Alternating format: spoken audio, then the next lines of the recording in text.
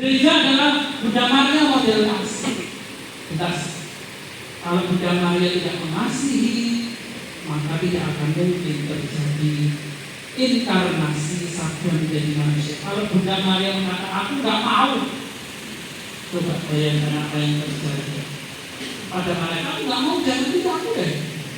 Waduh. Oh iya. Tetapi Bunda Maria karena mengasihi, dia rela.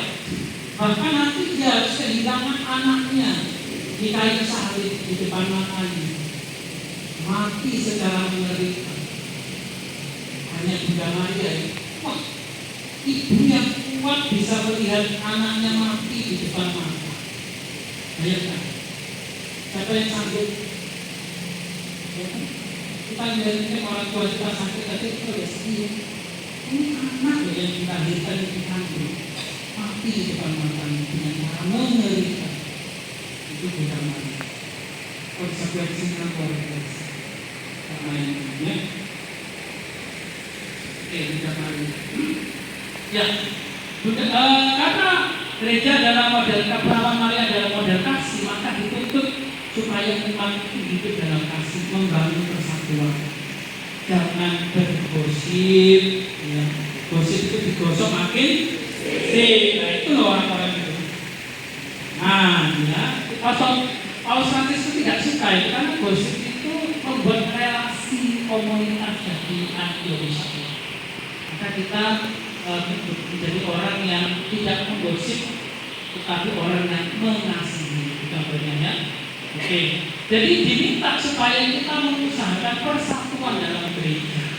Ya. Memang kadang-kadang ada perbedaan pikiran. Kayak tadi saya dengarkan, kalau peraturannya kalau nggak bayar benar gimana? Udah, nggak usah bilangnya itu lah.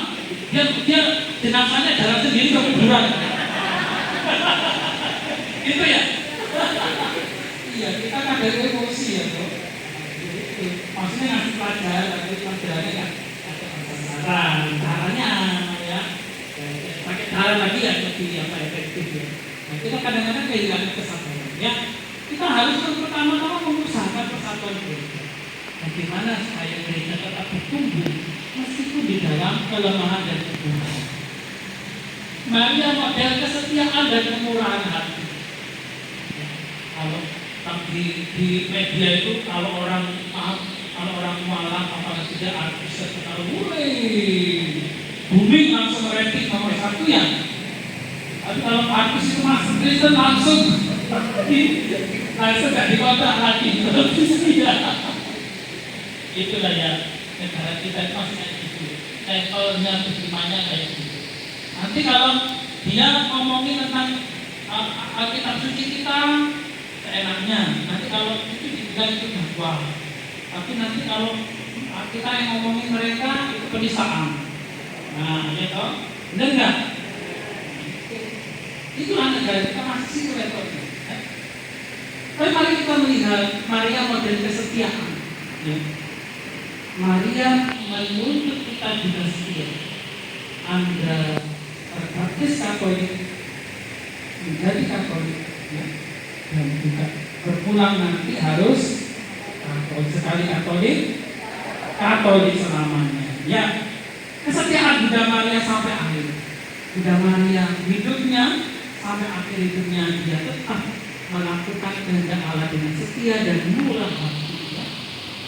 Oke, karena cukup panjang saya masuk kepada diskusi sekuler ya. Karena cukup panjang nanti takutnya kemalaman ya. Nah, oke. Peluang pastoral ya.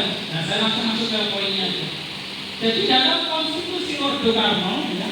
Nanti ngomong begini ngomong jaya kalau saya kurang pas nanti dikoreksi. Membahas tentang doa ya.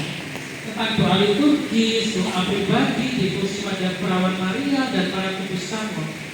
Menghendaki agar para romo, biarawan-biarawati Karmel menghadirkan semangat Karmel dalam hidup doa, persaudaraan, pelayanan, serta devosi pada Bunda Maria dari Gunung Karmel dan Nabi Elia serta Nabi Elisa.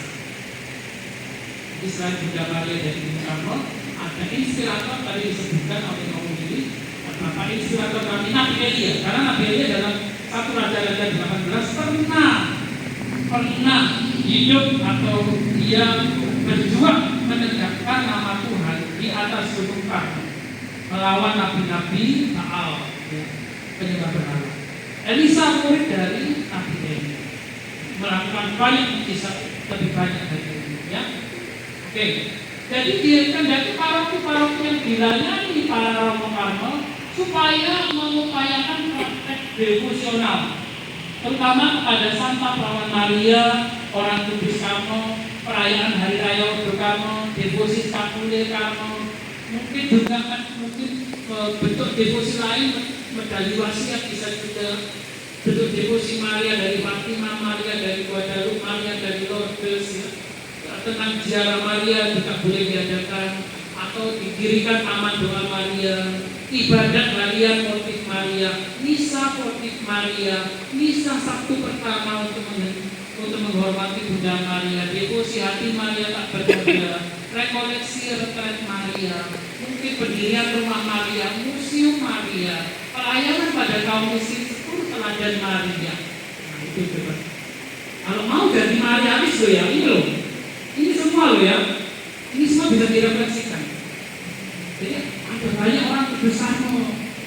Mungkin kalau ini bisa menjadi besar Karmel seperti Hari Raya Nabi Elia, 20 Juli dirayakan. Ya, 20 Juni ya, Nabi Elisa ya, murid dari Nabi Elia. 16 Juli Hari Raya Maria Bunda Karmel. Ya, itu. Dan banyak satu-satu yang lain. Ya. Oke. Nah, jadi peluang-peluang itu mendorong umat supaya merenungkan, meniru keutamaan Maria dalam hal iman, dalam hal ketaatan, dalam hal cinta pada Tuhan dan relasi yang mendalam dengan Maria. Ya, itu sudah saya sebutkannya. Saya kutip Lumen dalam diri perawan yang Maria yang terberkati gereja telah mencapai kesempurnaan dengan cara mana? Dia ada tanpa noda atau dosa. Umat beriman masih berjuang untuk melakukan dosa dan bertumbuh dalam kesucian. Jadi Bunda Maria mengundang kita supaya kita juga menempuh jalan yang sama, jalan kesucian yang sama, supaya kita boleh berbahagia di surga. Ya, jadi pastoral Maria itu ya dapat dikembangkan. Jadi kalau bulan Rosario kita biasa ya, Rosario di lingkungan, di stasi ya, doa Angelus bisa kita lakukan ya. Tapi kalau bisa Bapak Ibu juga bekerja ya, jangan lupa doa devosi juga, doa Angelusnya. Yang paling ada yang jawabnya haleluya doang, yang lainnya nggak apa-apa. Sampai sekali bulan-bulan itu banget ya. Ngapalinnya ini ada lagi doa litani Santa Perawan Maria ya. Kalau doa Maria itu jangan cuma berdiri tanda salib kalau Maria ngulang. Coba ini sekali-sekali dilakukan litani Santa Perawan Maria ya. Ada kan diberi syukur ya. Terus juga devosi bulan Mei Oktober pasti prosesi Patung Maria boleh loh. Itu pasti loh Katolik ya. Kenapa gitu? Kalau mungkin orang bilang berhala itu. Berhala, kita nyembah Tuhan kok. Ayo, siapa di antara kita yang nggak menghormati mamanya? Misalnya, ada punya orang tua pernah nggak ngomong, papa, mama atau bapak, ibu, doain saya kan? Sering kan? Sering kan anakmu minta, nih doain aku ya. Boleh nggak? Boleh lah. Kenapa kita sama Bunda Maria nggak boleh? Jelas-jelas Bunda Maria Ratu Surga, Bunda Allah. Kenapa tidak kita mintain doa? Itu aja gampangnya enggak. Kenapa nggak boleh kita sedangkan pendeta itu bisa kita doain? Ya. Kenapa Bunda Maria nggak boleh? Ya, berarti kita kan nggak nyembah Maria. Kita kan meminta pertolongan Tuhan. Maka Santa Perawan Maria, doakanlah kami yang berdosa ini sekarang masih hidup dan waktu luar biasa Bunda Maria. Bukan hanya ada saat hidup sekarang, nanti kalau sudah di balik papan, di balik ya. Bunda Maria tetap mendoakanmu Ya, ini luar biasa Bunda Maria. Sekarang dan kami mampu, ya kan? Nah, terus kemudian ada juga dibentuk Legio Maria. Ada Legio Maria di sini. Ada, bagus. Tapi banyak kan gitu bapak-bapak. Legio Maria ada belum? Belum bapak. Ayo ya, bagus ya. Ayo Pak, gerakan Pak, bapak-bapaknya ya. Tuh. Terus ada Karmen Awam yang mau ini nanti bisa dimulai karena besok Anda akan menerima takmir Karmo. Maka mudah-mudahan harapannya ada TOC atau kelompok Karmo ketiga atau awam ya. Oke. Kemudian mungkin bisa kelompok di pusat yang lain, Maria yang lain ya, di pusat Rosario atau bisa. Nah, itu peluang-peluang pastoralnya.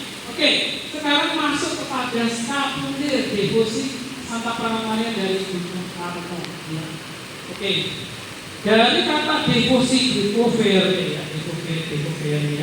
itu berarti sikap hati mengarahkan diri pada sesuatu atau seseorang yang dijunjung tinggi.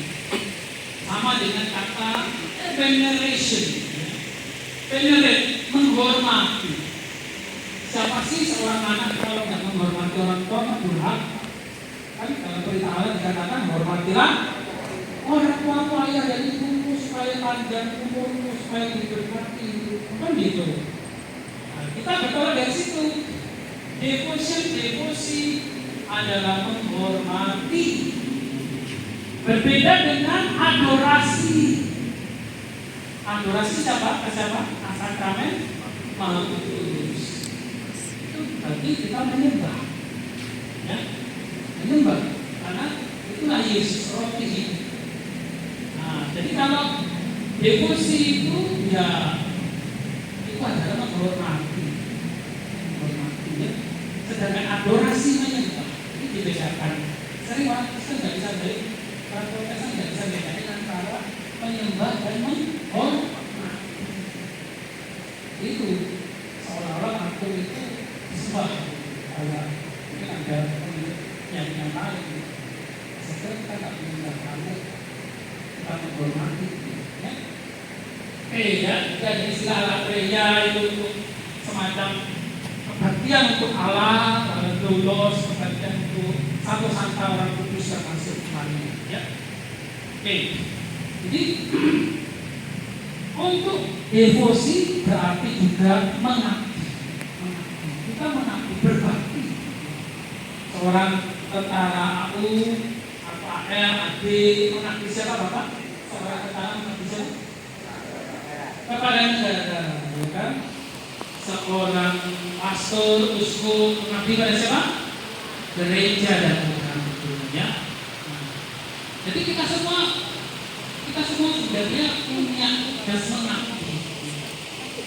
Jadi kita juga mengabdi pada orang tua, mengabdi pada bangsa negara, mengabdi pada gereja, dan sekarang kita diharapkan mengabdi pada Perawan Maria, berbakti pada dia. Ya. Nah, mari kita lihat lagi dalam arti ini pedoman tentang devosi. Dalam konteks sekarang, devosi digunakan menggambarkan berbagai praktek eksternal. Misal doa, mada, perayaan, lambang, medali, tugas, skapulir, dan sebagainya, ya. Itu ada praktek-praktek itu semua ada. Dijiwai oleh sikap iman, praktek-praktek itu mewujudkan hubungan khusus umat beriman dengan pribadi ilahi atau dengan Perawan Maria dalam keistimewaannya, rahmatnya, gelar-gelarnya, dan seterusnya. Ya. Jadi itu ada diatur oleh dokumen ini tentang devosi. Ya. Nah, lalu saya berpikir begini, dari mana dasarnya Romo kita harus berbakti, menghormati Maria? Dari kredo. Kalau saya refleksi, aku percaya akan persekutuan para kudus, ya kan? Kalau Anda meragukan para kudus termasuk Maria, berarti Anda belum mengimani kredo. Aku berkata. Jadi tidak bisa ditawar, ya. hanya ada di kredonya Katolik. Aku percaya akan persekutuan para, ya. Tapi itu adalah gereja yang mulia, gereja yang jaya, persekutuan para.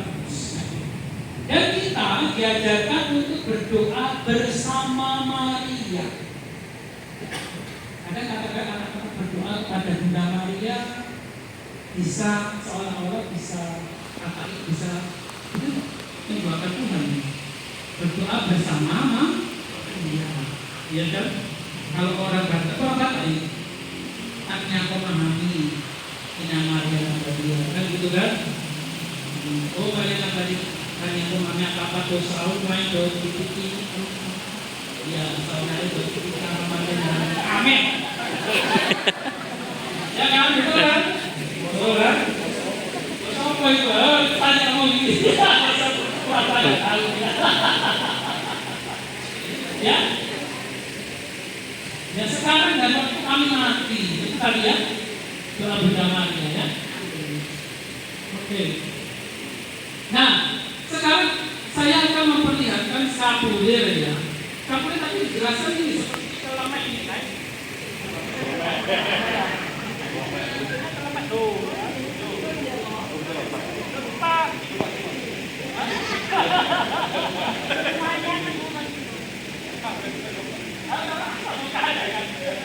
Jadi bagian dari bakatnya bagian potong kain seperti calamet, seperti cermin yang menutupi dada dan menutupi belakang.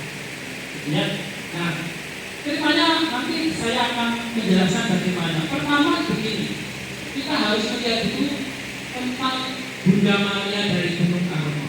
Bunda Maria dari Gunung Karno. Jadi dari kitab suci dulu kita lihat 1 Raja-Raja 18. 20 sampai 40. Dikatakan di sana Nabi Elia mengalahkan para penyembah berhala, yaitu dewa-dewa Baal ya. 450 penyembah berhala melawan 1 orang Nabi Elia, dan Nabi Elia menang. Menunjukkan bahwa Allahnya Elia adalah Allah yang benar di atas gunung Karno. Itulah kenapa Ordo Karno itu cikal bakalnya itu di Gunung Karno karena mau mengikuti teladan Nabi Elia. Dan kemudian di atas Gunung Karno berdiri pertamaan itu ada satu gereja kapel, ya kapel itu dipersembahkan kepada Bunda Maria di tengah-tengahnya, di tengah-tengah pertamaan. Nah sejak itu para Karmel pertama itu yang di Gunung Karno menyebut dirinya saudara-saudara Santa Maria dari Gunung Karno. Lalu Yesus ibunya Yesus, tetapi karena menampakkan diri di Lourdes maka dikenal Bunda Maria dari Lourdes. Bunda Maria menampakkan diri di Fatima maka disebut Bunda Maria dari Fatima. Sama di Guadalupe tadinya. Jadi karena bingung, tetap Bunda Maria satu ibunya Yesus. Cuma dia diimami istilahnya oleh gereja, dia pernah menampakkan diri dan seterusnya. Oke.